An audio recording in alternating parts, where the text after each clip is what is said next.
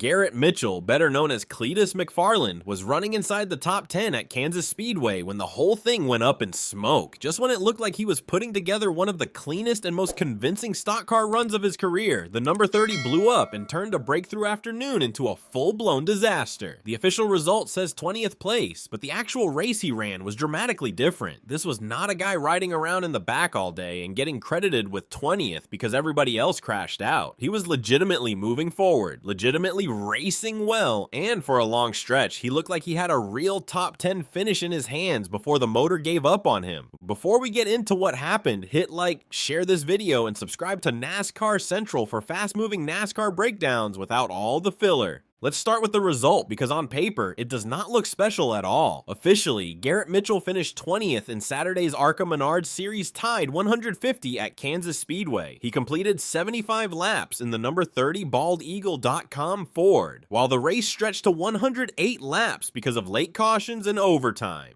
Gio Ruggiero won the race, Daniel Dye finished second, and Cleetus ended up buried in the final rundown even though the actual race he ran was much stronger than that. If you only look at 20th place, you completely miss what this run actually was. Before the race even started, there was a visual change that stood out right away. Cleetus rolled into Kansas with a fresh paint scheme on the number 30.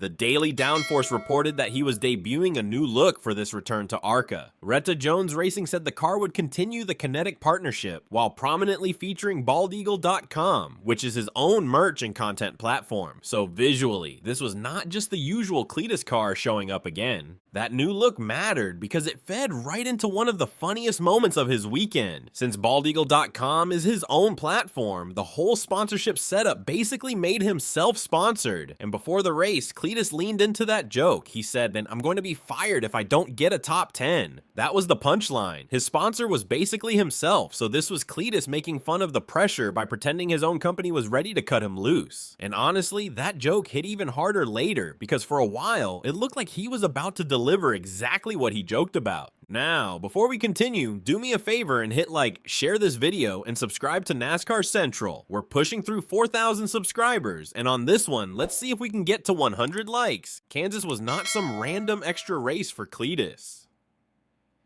This was his 6th career ARCA Menards Series start at the national level, and it came at a pretty important time. He had already shown flashes before. He finished 11th at Daytona earlier this year, and Motorsport noted he was coming off a top 5 run in ARCA East at Rockingham. So even though the National Series resume is still short, there was already at least some evidence that he was starting to get more comfortable in these stock cars. Retta Jones Racing also made it clear before the weekend that this was supposed to be another building block.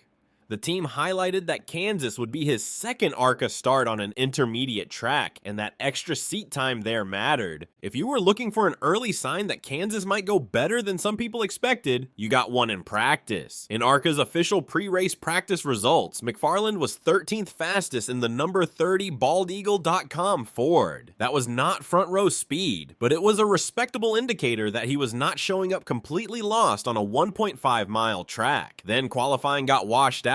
ARCA's official starting lineup was set by the rulebook after weather canceled qualifying, and that dropped McFarland to 25th on the grid. So just like that, any chance at a clean, quiet day disappeared. And this is where, to me, the whole race became genuinely impressive. Motorsport reported that Cleetus moved up 11 spots in the first 5 laps. Think about that. Starting 25th, and by lap 5, he had already carved through nearly half the field. That is not a lucky break. That is not surviving chaos. That is a driver actually making progress in real time. By the halfway break, he was already 11th. The top 10 was no longer some dream scenario. It was basically right there waiting for him. This is the part of the story that I do not think enough people are going to appreciate if they only skim the results.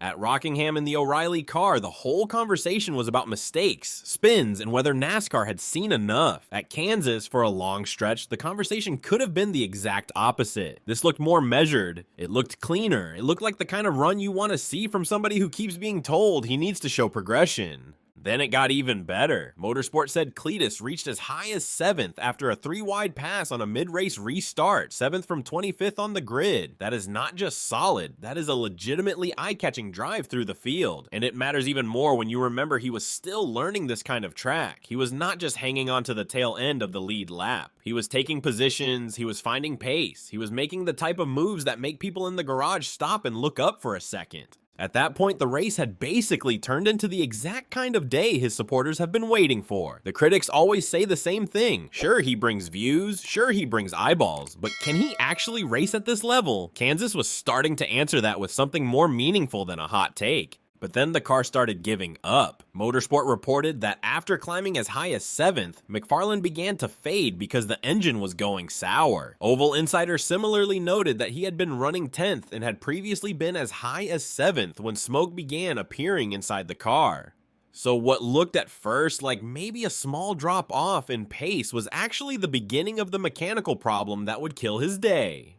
With roughly 25 laps to go, the whole thing finally let go. The engine failed in a plume of white smoke and dumped oil all over the front stretch. This was not some little puff that only the crew noticed. This was a huge mechanical failure that instantly turned the number 30 from a top 10 car into the center of the biggest incident on the track. And because it happened while he still had good track position, the timing made it feel even crueler. He had done all the hard work already. The race had finally tilted in his favor, and then the motor gave out. Worse than that, the failure did not only end his race. Andy Jankowiak and Isabella Robusto were right behind him, and Motorsport reported that both drivers got into the oil, spun, and slammed the wall. ARCA had to throw the red flag to clean up the mess.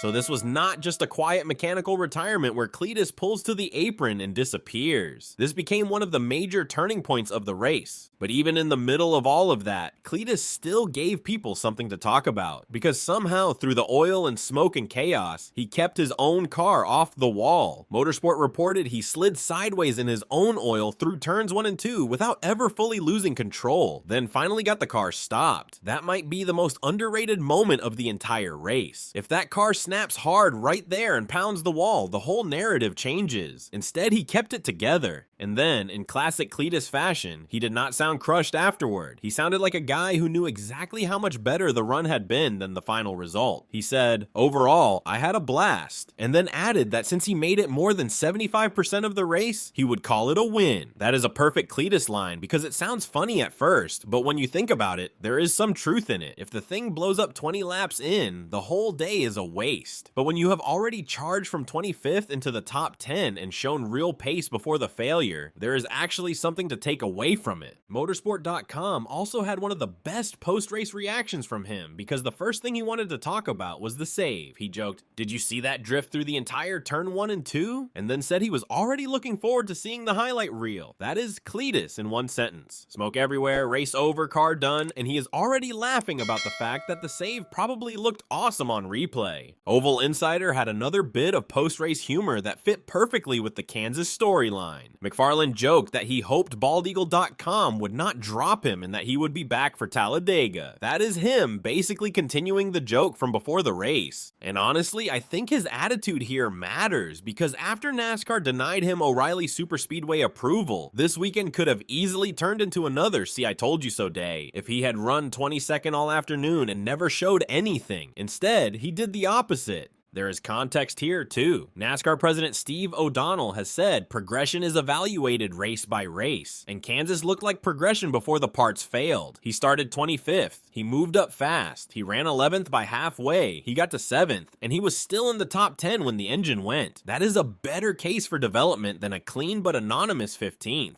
So no, this was not the dream result. It was not a trophy. It was not a top 10 in the official rundown. It was not even a finish. But I would still argue Kansas was one of the most encouraging McFarland races we have seen in a stock car at this level. Not because the final sheet says so, because the race itself did. That is why the big takeaway here is not just engine blows. Cleetus done. The bigger takeaway is this. He had pace, he had movement, he had composure. And for a while, he had a car that belonged in the top 10. The mechanical failure took the finish away, but it did not erase the run. Motorsport reported that both Cleetus and George Siciliano, better known as Squirrel McNutt, are set to return for next weekend's ARCA race at Talladega, so the rebound chance is immediate. And if Kansas was about proving he could move through traffic and manage an intermediate track, Talladega becomes the next chance to turn that progression into a result people cannot talk around. Hit like, subscribe to NASCAR Central, and share the video around. We are building this channel up, and every single click helps. We're past 4,000 subscribers now, so let's push this one over 100 likes and keep growing. And in the comments, tell me this: do you see Kansas as a disaster, or do you see it the same way Cleetus did?